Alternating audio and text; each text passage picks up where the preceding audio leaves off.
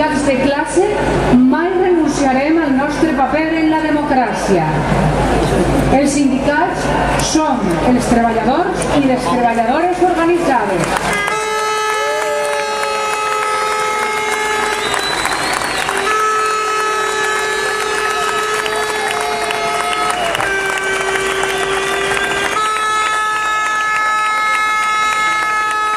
Companys i companyes, estarem, com sempre, alerta i que ningú dubte que davant de qualsevol atemptat contra els nostres drets laborals o socials donarem, com sempre, amb rigor, la resposta precisa. Això no. Rectificació. Moltes gràcies.